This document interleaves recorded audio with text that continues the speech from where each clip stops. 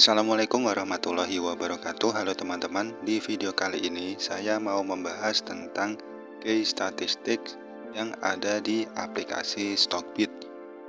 Nah, di sini bagaimana kita melihat apakah di suatu saham berdasarkan indikator-indikator kunci yang ada, melihat apakah sahamnya sedang bagus dan murah atau sebaliknya. Nah, di sini yaitu contohnya di saham ANTM. Di sini kita bisa melihat net income, IPS, lalu dividen, market cap, valuasi, dan lain-lain.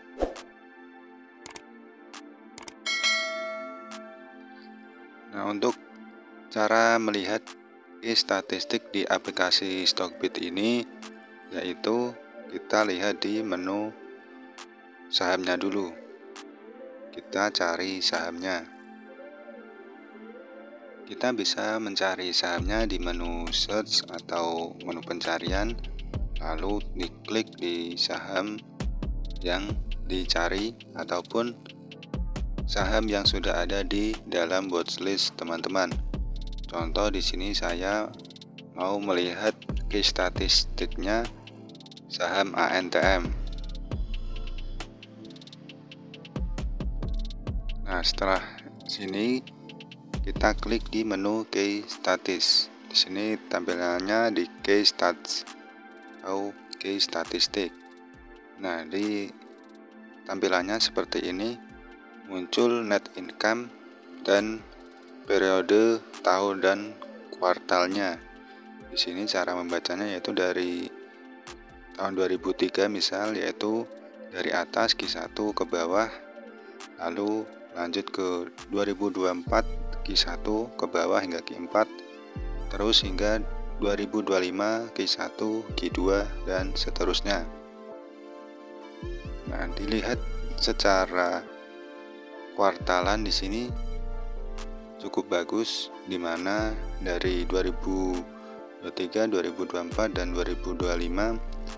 Dan misal kita ambil di 4 kuartal ke belakang, dari kuartal 3 2024 hingga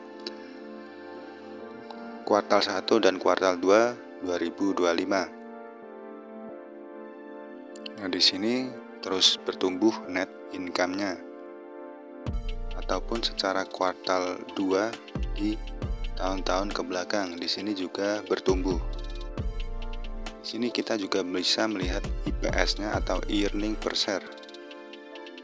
Nah, di sini bisa dilihat juga mengalami pertumbuhan, dan cara menilainya yaitu IPS semakin tinggi semakin bagus.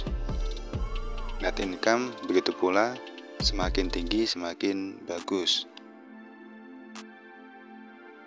Nah, bisa dilihat di sini secara annualis dan juga TTM. Net income dan juga IPS-nya mengalami pertumbuhan. Lalu kita lanjut selanjutnya. Di sini dividen, ada dividen payout ratio, juga nominal dividennya yang atas, dan juga dividen yield. Nah, di sini untuk dividen semakin tinggi tentu semakin bagus. Dividen payout ratio begitu pula, semakin tinggi semakin bagus, tetapi juga ada batasan karena dividen payout ratio ini adalah rasio pembagian dividen dari labanya. Jadi apabila terlalu banyak dibagikan ke dividen, juga nanti laba untuk pertumbuhan juga berkurang. Jadi ada batasan khusus setiap perusahaan atau setiap sektor. Tetapi secara umum semakin tinggi semakin bagus. Dividend yield begitu pula, semakin besar atau semakin tinggi semakin bagus. Kita lihat market cap. Di sini semakin tinggi atau semakin besar tentu semakin bagus. Nah, di sini ada beberapa yang saya lewati karena kalau kita bahas semuanya satu persatu tentu sangat lama. Jadi di sini saya ambil yang kunci atau yang paling utama untuk digunakan. Lalu di valuasi, di sini ada current PE ratio. Saya lebih suka yang TTM. Kita ambil yang PE ratio secara TTM 12,84. Lalu PBV, di sini ada current price to book value yaitu 2,68. Nah, untuk valuasi ini khususnya di PE ratio dan juga price to book value, yaitu untuk penilaiannya yaitu kebalikan dari yang sebelumnya. Untuk PE ratio dan price to book value yaitu semakin rendah maka semakin bagus, karena di sini adalah pengukuran mahal atau murahnya. Jadi semakin rendah nilainya maka semakin murah, karena harga sahamnya murah maka bagus untuk dibeli. Jadi semakin rendah semakin baik, dan sebaliknya semakin tinggi atau semakin mahal maka semakin kurang baik. Lalu lanjut ke per share. Di sini ada current EPS dan current EPS annualis dan juga TTM. Kita ambil yang TTM 282,68. Di sini untuk per share khususnya IPS semakin tinggi atau semakin besar maka semakin bagus. Lalu selanjutnya solvents, di sini khususnya untuk debt to equity ratio yaitu rasio utang dibandingkan dengan ekuitas, yaitu di sini semakin kecil maka semakin bagus, karena ini adalah perbandingan utang dan juga ekuitasnya. Maka apabila utangnya semakin kecil maka semakin bagus. Kita lanjut ke profitability. Ada return on asset dan juga return on equity dan juga net profit margin. Di sini untuk pengukurannya semakin tinggi atau semakin besar maka semakin bagus.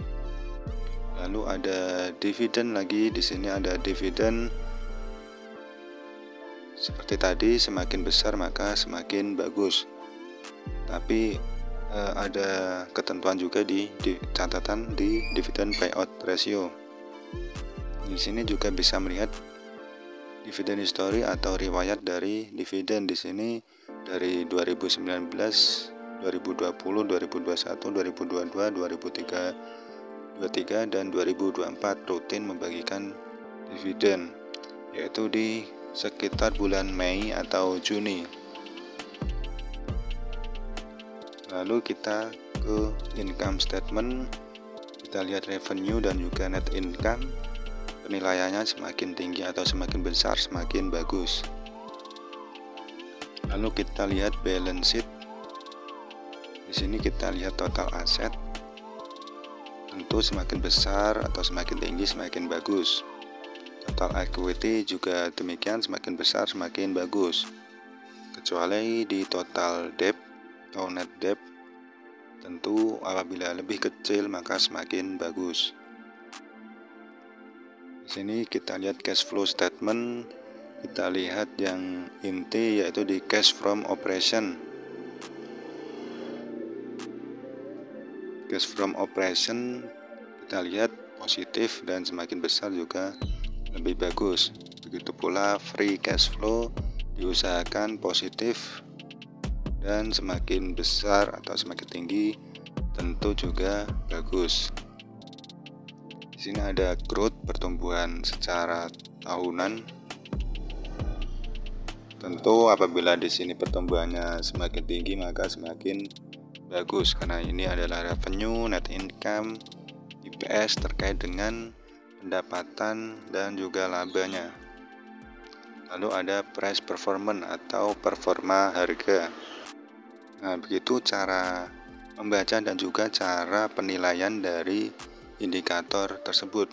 Kalau contoh dari saham Antam ini, sebagian besar dari indikator kunci berdasarkan pendapatan, profitabilitas, cash flow, balance sheet, income statement, juga dividen tentu sangat bagus, tapi catatannya yaitu di valuasi, di mana valuasi berdasarkan PI ratio dan juga PBV sudah lumayan mulai tinggi, meskipun belum terlalu tinggi juga, tetapi sudah mulai di batasan wajarnya, karena dilihat di sini untuk price to book value-nya yaitu 2,68, yang mana gambaran umumnya diusahakan yaitu di bawah 1 kali.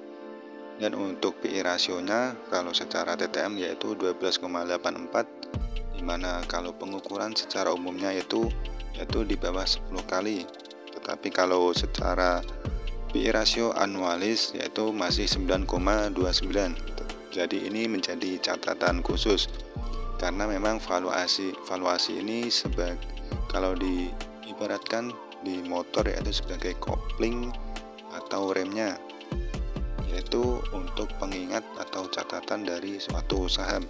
Meskipun sahamnya bagus secara indikator-indikatornya, tetapi secara valuasinya sudah tinggi atau sudah mulai mahal, tentu ini menjadi catatan. Baik teman-teman, terima kasih. Sampai jumpa di video yang lain. Wassalamualaikum warahmatullahi wabarakatuh.